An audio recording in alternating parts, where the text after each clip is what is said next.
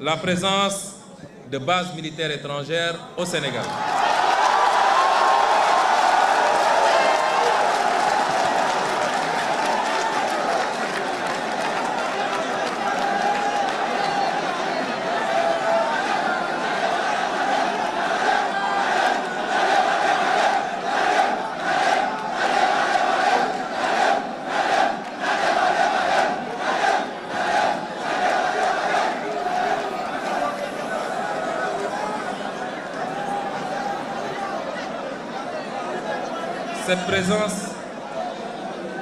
Cette présence de bases militaires suscite des interrogations légitimes, plus de 60 ans après nos indépendances.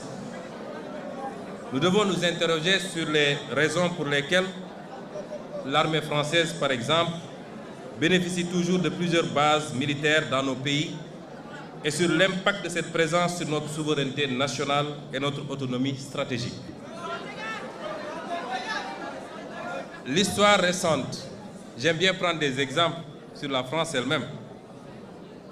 L'histoire récente de la France est très riche en anecdotes intéressantes sur la problématique et les enjeux de la question sécuritaire. Entre 1956 et 1958, vous êtes historien, je ne le suis pas. Je peux me tromper sur les dates et même sur les faits.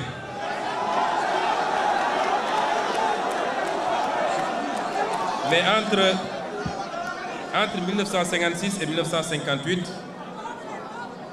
c'est-à-dire après la Deuxième Guerre mondiale, les Américains eurent le projet d'installer sur le territoire français un stock d'armes nucléaires et de missiles balistiques. Le projet buta sur la double question du commandement et du contrôle des missiles, dont le déploiement était admis par les militaires français comme un bon moyen d'accroissement du pouvoir dissuasif de l'OTAN. L'armée de l'air de la France jugeait alors inacceptable le principe selon lequel les escadrons de missiles balistiques resteraient sous commandement américain. Ces unités devaient impérativement être sous commandement national. Dès son arrivée au pouvoir, le général de Gaulle, encore lui, lors de la réunion de défense du 7 juin 1958, avisa que ces armes devront être obligatoirement sous contrôle français et que la France réclame le droit de donner son avis dans le déclenchement d'une éventuelle guerre nucléaire, toute condition jugée excessive par les Américains au point qu'un accord n'ait pu être conclu. Deuxième exemple, en mai 1966, le général de Gaulle engagea la France à se retirer du commandement intégré de l'OTAN, qui disposait alors d'une dizaine de bases militaires en France. Et la conséquence, nous la savons. Et justifia cette décision par la volonté de la France de disposer d'elle-même, volonté qui est incompatible avec une organisation de défense dans laquelle elle est subordonnée.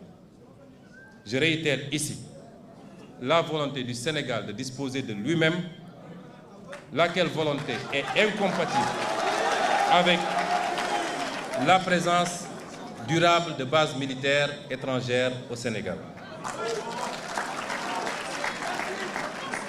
Ceci ne remet pas en question les accords de défense. Nous entretenons les accords de défense avec beaucoup de pays, les États-Unis, la Grande-Bretagne, la Chine même, je crois, beaucoup de pays. On peut avoir des accords de défense sans que cela ne justifie que le tiers de la région de Dakar soit occupé aujourd'hui par des garnisons étrangères.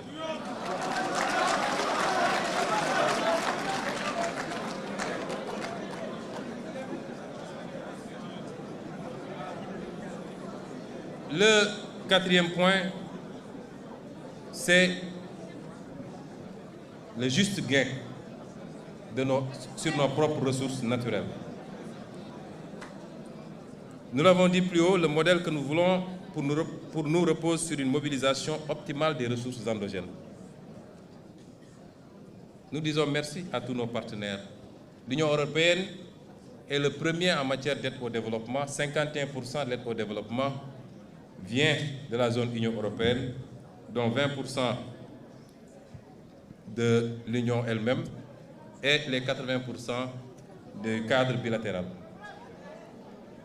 C'est une bonne chose.